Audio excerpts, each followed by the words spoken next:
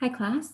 This week we are on chapter 11. We are really getting through the chapter here. You guys, we're almost to November. That means we really just have about a month left of class. So that's pretty exciting. So this week's topic is on working with families around gender issues. And so we're really going to focus on early childhood education and the gender issues that might come up when working with young children. Obviously, gender, sexual orientation, all of that is a very nuanced and multifaceted topic. We are, for the most part, though, going to keep it specific to early childhood education centers and the idea of gender equity when it comes to working with children. One quick thing I want to talk about, though, and your book addresses it a little bit as well, is just thinking about some of the biases that we might have as individuals. We all have them. But when it comes to working with early childhood education, we really need to remember to put those biases aside, make sure we've done some self-reflection so that we can work with young children and their families, irregardless of what that family dynamic and makeup looks like, without bias, without it affecting the children. Because if you have any kind of prejudice or issue with a family dynamic that maybe is not something that you agree with, whether it be religion, whether it be, a gay and lesbian family, that should not come into play when it comes to working with young children in your preschool or in your classroom. Because ultimately, if you have a problem with the family, that is going to trickle down to the children. And so you really have to check those biases at the door, work on yourself and your own ability to think through that, think why is this affecting me like it is? Whether you agree with it or not, it can't be a part of the classroom. You always have to make the same sort of connections and effort that you do with families that maybe you don't agree with, just like you do other types of families. And that takes some self-growth, and it takes really some personal work sometimes, but it's really important because the only person that's going to suffer is that child, and that's not fair to them. Because none of us pick our families, and we need to do everything we can to help that child develop strong relationships with their family, because like we've been talking about, the kind of basis of this whole class is the nuclear family is that child's cornerstone, right? That's their foundation, their microsystem. And we have to make sure that our job as educators is to support that. Okay, moving on to more of chapter 11. Let me share my screen here with you so I can bring up the PowerPoint. Okay, when you go to look through these slides, please remember that when you want to play a couple of links that I have embedded in this PowerPoint, that you need to go up here to slideshow, click on that, and then either if you're on this is the slide that actually has the links, so you can click on it and then click current slide, or just from the beginning and then arrow through it. But the links won't work if you're in this kind of editing mode. You have to be in the slideshow mode. Okay. So this first slide I have is just a little more reinforcement and background about a couple of different topics within gender equity within our society. It is the 100th year anniversary of women's right to vote. And so I felt like that was an important one to add in here. So there's a short video on the history of that. Your book talks about it a little bit as well, but that's very important. And then also marketing to young children and the idea of sort of hyper-gendered toys. So toys that are clearly just, all pink, all purple, geared towards girls, and other toys that are geared towards boys. And there's a interesting interview with somebody that's researched that a lot. And so those are some important links to check out, but I'm not going to take time to do that while I'm on the video here, because sometimes they don't show up anyway. And so you can do that on your own. All right, so thinking about gender roles, because I'm a child development major, because this is something that I enjoy studying and learning about, I also find that I sometimes, what's the word? Will, I don't know, observe families a little bit more. And at times, sometimes just think about it.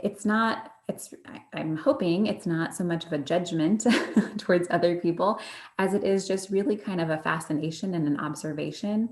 But I thought it was an interesting observation that I'm going to share with you.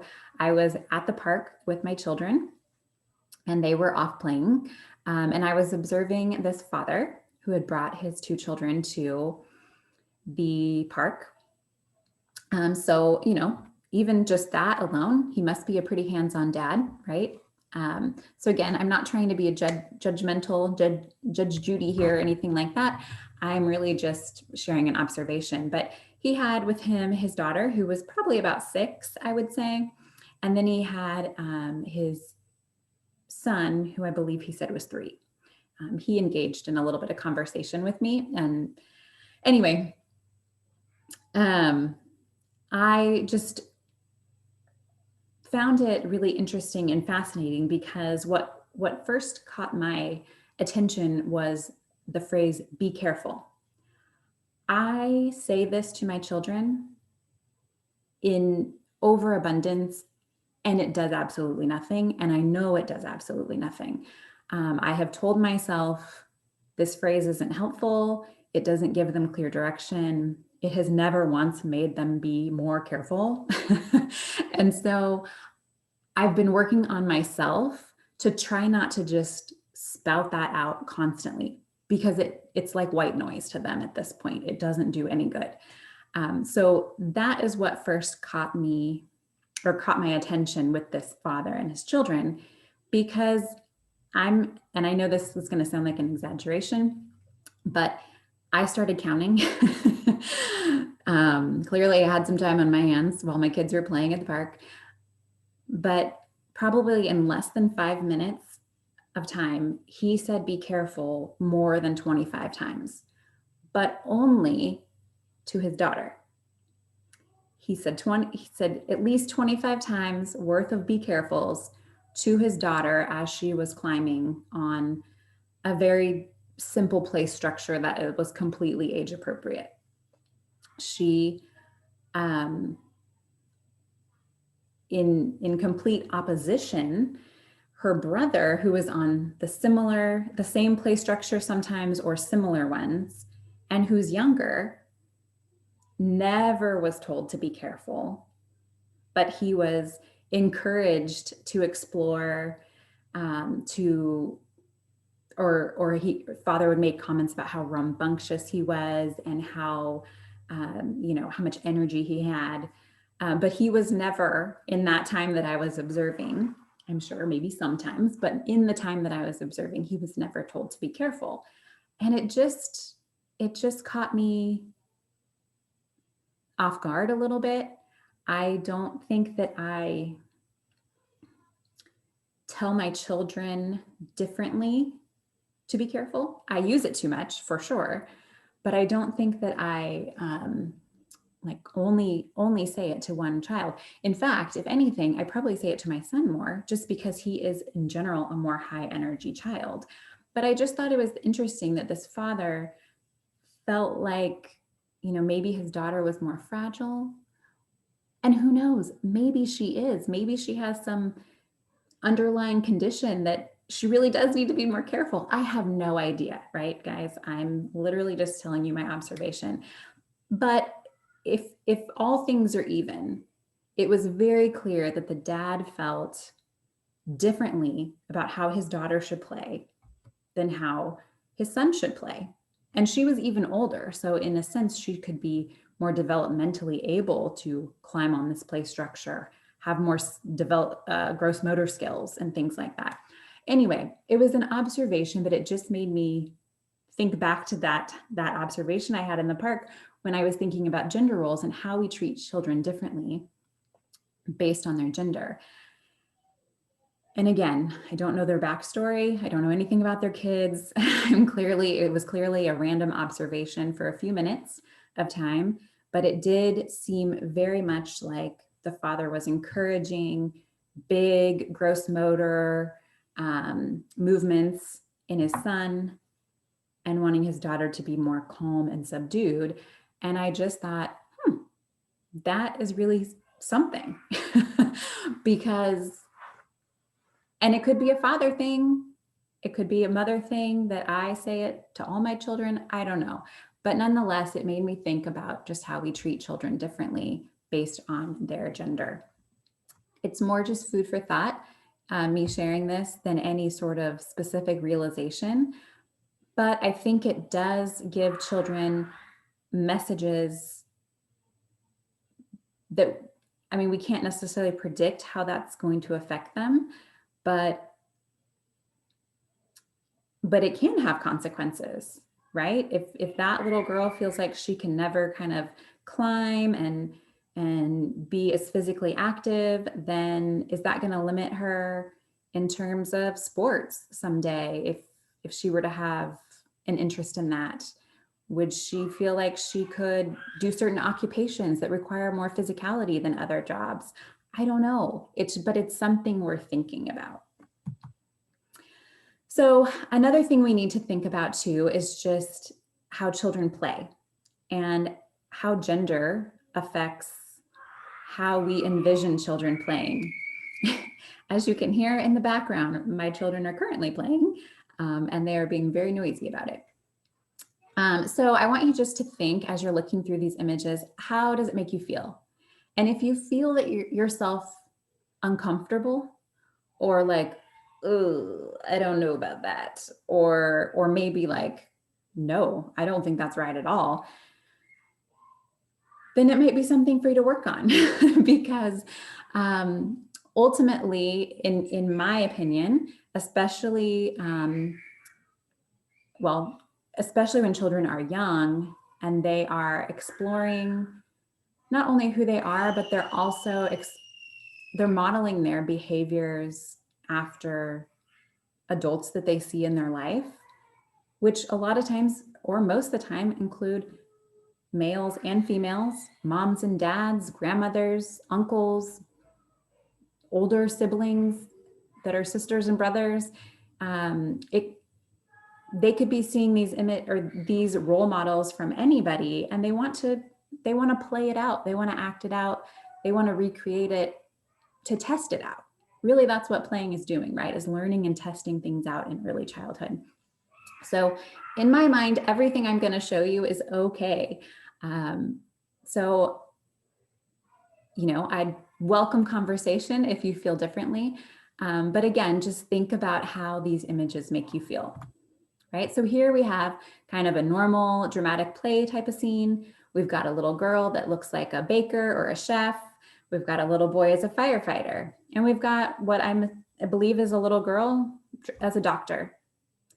For the most part, I think most people see that all the time and it feels pretty common. 75 years ago, a female doctor would not have been as common. It probably wouldn't be something that little girls would get as dress-up clothes as a gift. But now it's very common. In fact, working in a hospital, there are more female residents. Those are the new doctors currently coming through medical school and graduating from medical school and becoming doctors than there are males anymore. Okay, I don't know if it shows up on yours, but let me move my face so you can see the picture. So here we've got children at a ballet class. Okay, and two of them are little boys. And so this might, that first image, you might be like, totally fine. This one, hopefully is totally fine too, but it could make you feel like, little boy in a leotard in ballet slippers. Ooh, I don't know. But here's the thing, guys, if you have ever watched a Broadway show, which I encourage all of you to do, those people have so much talent, like in their pinky. They have more talent than probably our entire class, to be quite honest, because they are amazing. And you know where that started? In a dance class, most likely, right? Or theater or something that maybe sometimes we feel like is more for females, but it's not necessarily, right? But if we don't give children the option to try something, they won't develop those talents. Okay, here we've got a little boy pushing a pink baby doll carriage. Okay, so just thinking, how does that make me feel? Would I feel okay? If you're not a parent, is it okay? But sometimes what you find yourself feeling okay for other people's children, one day might feel differently for your own. You know, maybe this little guy has older sisters and this is just one of the toys that's laying around. It's very hard to stay very gender focused when you have multiple children of different genders, and toys that are very, you know, this is very pink. So it definitely in our society feels like it would be more in the girl section of a toy store. Again, that's a conversation in itself. Should there be a toy section that's for girls and for boys, or should it be more all sort of neutral? But society has made these colors represent things that it doesn't need to represent. Here we've got a book, a children's book called Man's Work, right? But what is the man's work? It's taking care of his child and cleaning the house, right? This is definitely, if you just heard the phrase man's work, what most of the time is not what we think about when it comes to work that men do. Hopefully they do, but again, how would you feel about reading this to your child? But would it be important to have books like this? Again, I am not suggesting this book. I've never actually read it, so I don't know what's in it. But if you had, you know, a child that has a stay-at-home dad in your classroom, would it be important to have a book that sort of represents that? Now, this story might be going too far the other way, right? Because do we want housework to seem like it's only for men?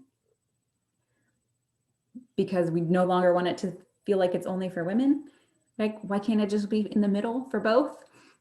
But nonetheless, it was my example. And then lastly, a picture that probably everybody feels pretty okay with because it's what we expect in society. A little girl, she's wearing pink, she's got her little stuffed animals and dolls.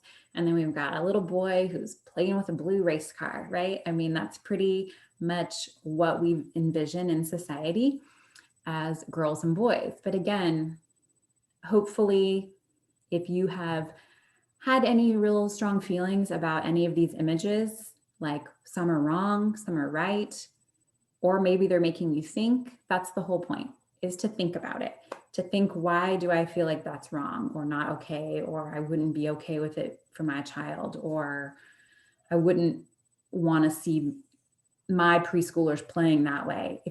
If you are having those thoughts, it's important to think through why you're having them and try to work on that, because most of what children do is try to model the adults in their life. And that's, especially in a school setting, early childhood education setting, that's what they're doing. They're playing out what they see other adults do.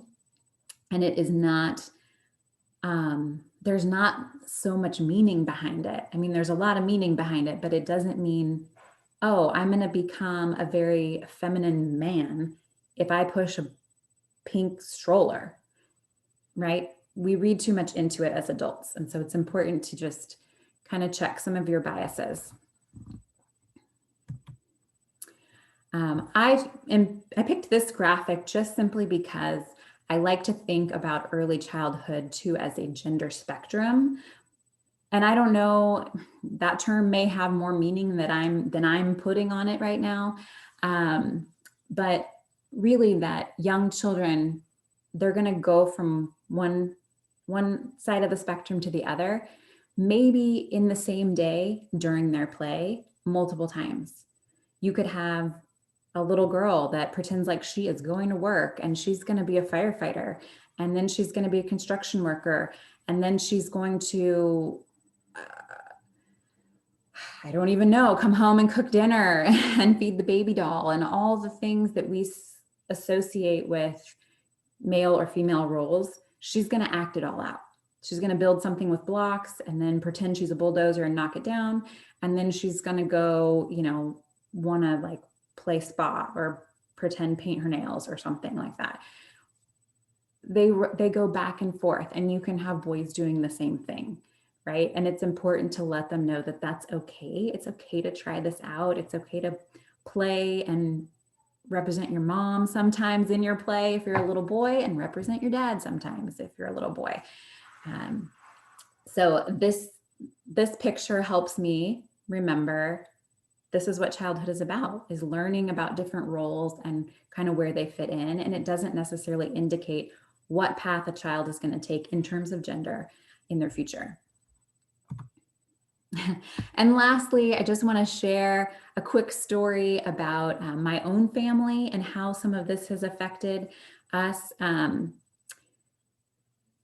When 2009 came, many of you were very young. I think you were all born at that point. Yes, you were all born at that point, but you were still very young. And there was an economic downturn. So my husband got laid off. And at the same time, or about the same time, I was pregnant with our first child, our daughter. And so we were thinking through what we were going to do. And the most reasonable solution, even though no one in our family had ever done this, nobody in our friend circles were similar, was for me to keep working full time and for my husband to stay home with our daughter. Because basically, if he got a job, he'd pretty much just be paying for childcare. And so we decided that's what we were going to do. We were able to live off of my one income. And I had our health insurance and all that wrapped up in my job. And so that just made sense for us. But again, we had no examples of that, right? Our family had never done that in their own life, even though we had very involved parents.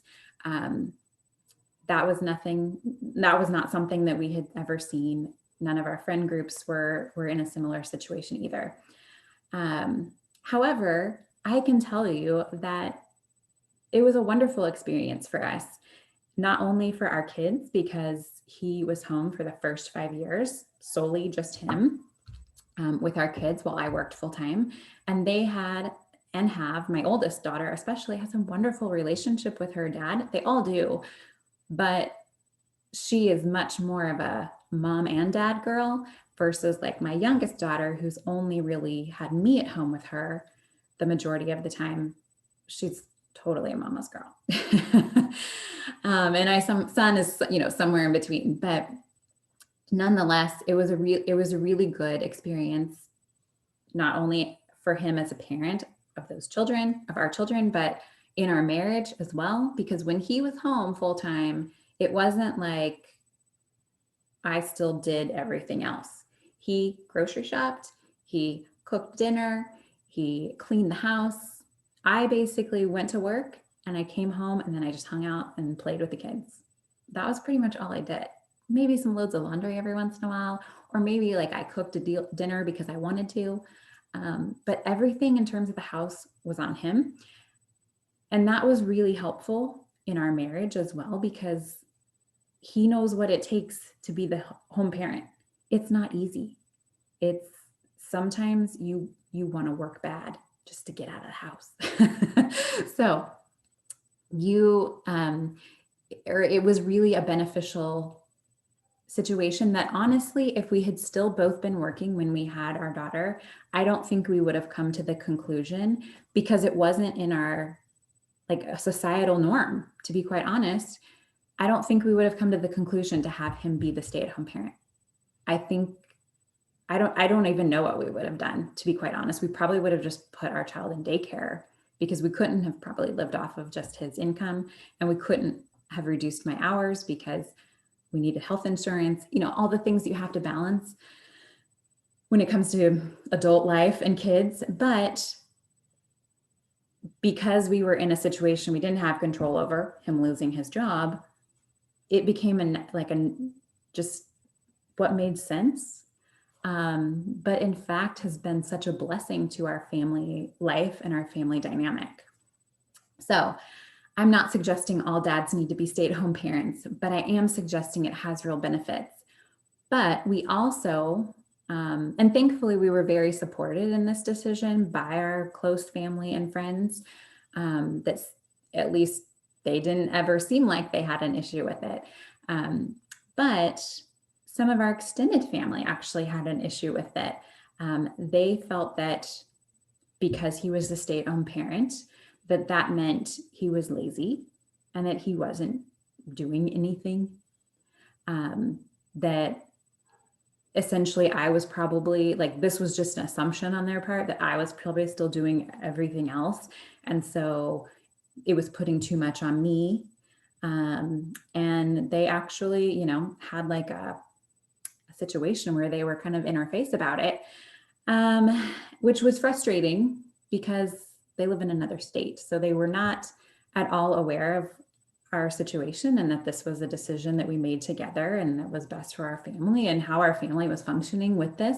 It was clearly a situation where they were taking what they thought should be: the mom should be home, the dad should be at work. And if it's not like that, then something's wrong. And so I'm just sharing that story because obviously that situation within our family was hurtful, but this was actually, I look back on those times and think this was some of the greatest years of our marriage and our young family's life. We're still having great years, but nonetheless, sometimes when things get shifted and they're not the norm, that doesn't make them wrong, or it doesn't make them bad. There can be a lot of benefits to it. So I know I was kind of just sharing this lecture more about my observations at the park and now about my family. So not quite following the text exactly, but I hope that you, between this and the text, are kind of just thinking through and thinking about some of your preconceived ideas about societal norms and gender equity, and how we should, how we share that with children. I think those are really important topics. And so I hope you're thinking about that a little bit more after this. If you have any questions, you are more than welcome to email me. And hopefully I will either see you in office hours or on email pretty soon. Thanks.